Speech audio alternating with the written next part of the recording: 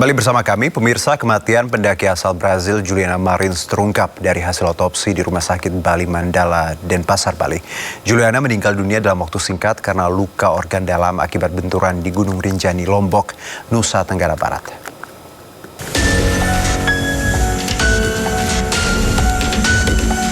Hasil otopsi pendaki asal Brasil Juliana Marins yang meninggal dunia setelah terjatuh ke jurang di kawasan Gunung Rinjani, Lombok Timur, Nusa Tenggara Barat terungkap.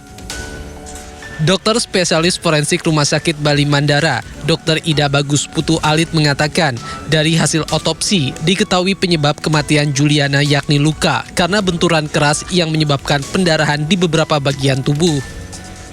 Di hasilnya kita memang menemukan adanya luka-luka pada seluruh tubuh daripada korban. Terutama yang ada adalah luka lecet geser yang menandakan bahwa korban itu memang tergeser dengan benda-benda tubuh. Kemudian kita juga menemukan adanya patah-patah tulang, terutama di daerah dada, bagian belakang, juga tulang punggung dan paha. Dan kemudian dari patah-patah tulang inilah terjadi kerusakan pada organ-organ dalam serta perdarahan.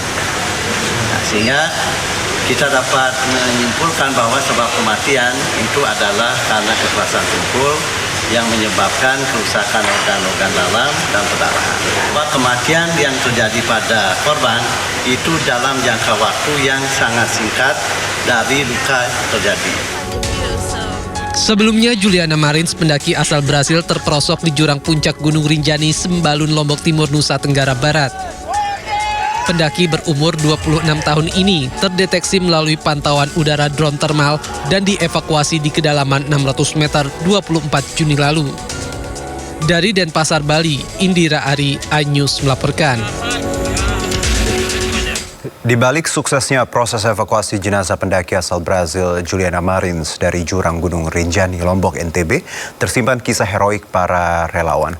Agam Rinjani, salah satu rescue tim SAR, membagikan momen dramatis saat evakuasi.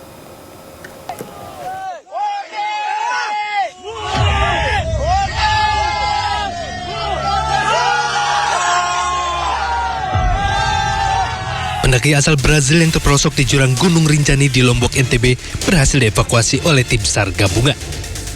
Salah satunya datang dari Agam Rinjani, anggota tim SAR yang membagikan momen dramatis saat ia harus bermalam di tebing curam sedalam 600 meter demi menjaga jenazah Juliana Marins.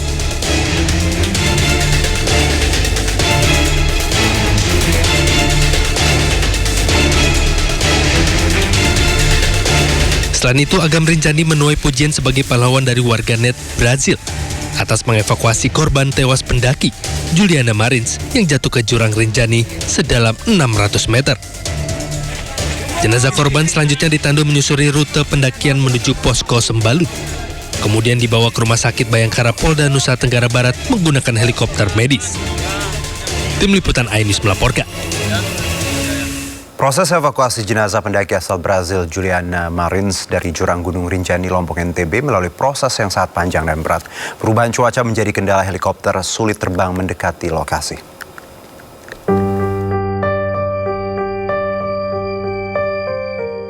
Beginilah rekaman drone dalam proses evakuasi dari tim SAR Indonesia yang diambil dari atas pendakian menuju puncak Gunung Rinjani, Lombok, Nusa Tenggara Barat. Gunung Rinjani memiliki bukit-bukit yang tinggi dan panjang, sehingga proses evakuasi jenazah pendaki Brazil Juliana melelahkan dan tidak mudah. Tim SAR gabungan harus membagi waktu antara berupaya memasang dan menarik tali untuk mengangkut jenazah dan beristirahat. Sebenarnya, tim gabungan terus mencoba menggunakan helikopter, namun cuaca yang kerap berkabut tebal dan bukit-bukit curam serta tajam menyulitkan petugas mengirimkan bantuan melalui udara. Petugas bersama relawan terpaksa melakukan proses evakuasi dengan manual menggunakan tali dan memanjat ke bukit-bukit menggunakan tangan. Proses evakuasi ini melibatkan puluhan orang. Seluruhnya bekerja sama naik ke puncak dan menarik tali yang sudah disambungkan dengan relawan yang berada di titik jatuhnya korban. Pemirsa, kita beralih ke informasi berikutnya. Seperti warga biasa, Presiden ke-7 Republik Indonesia Joko Widodo juga pergi berlibur bersama cucu-cucunya keluar kota. Jokowi sempat berbicara soal kondisi kesehatannya sedang dalam masa pemulihan. Pak Jokowi mau kemana Pak? Ini ngantar cucu, ngantar anak dan cucu.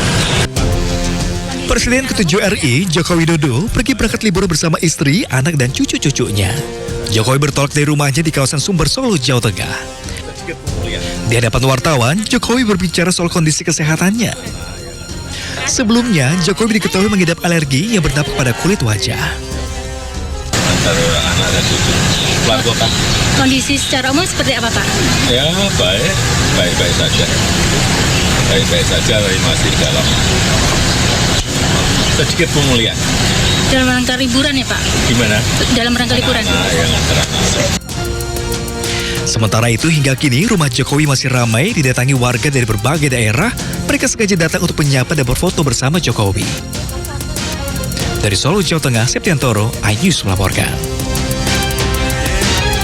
Perubahan fisik dan penyakit yang dialami Presiden ke-7 Republik Indonesia Joko Widodo sebelumnya diungkap sang ajudan. Sementara itu, pegiat media sosial Dr. Tifa menganalisa penyakit Jokowi diduga akibat Jokowi mengalami stres berat.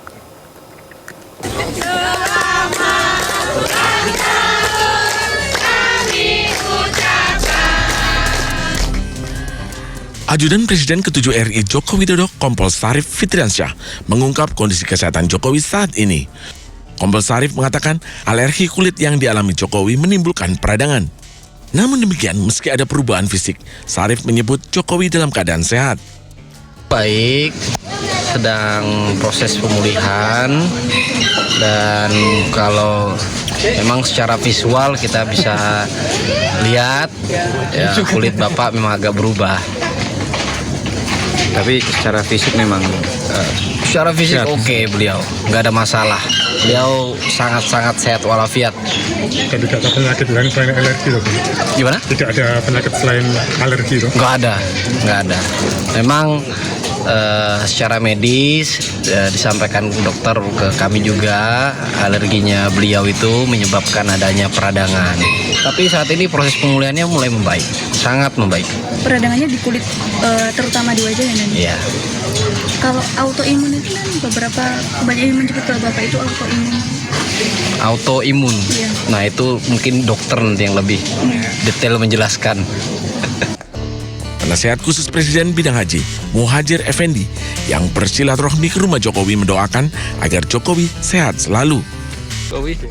Mendoakan kesehatan beliau, paling panjang umur dan selalu dijaga oleh Allah yang Maha Kuasa, agar beliau juga tetap bisa menjadi sesepuh, menjadi panutan dari rakyat Indonesia lah. Beliau kan pernah 2 periode menjadi.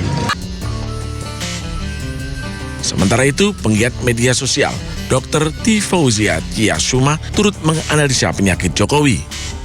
Menurutnya, sakit Jokowi akibat stres berat yang memicu sistem imun dan hormon menjadi menurun. Dr. Tifa menyarankan Jokowi segera menjalani pengobatan intensif di rumah sakit.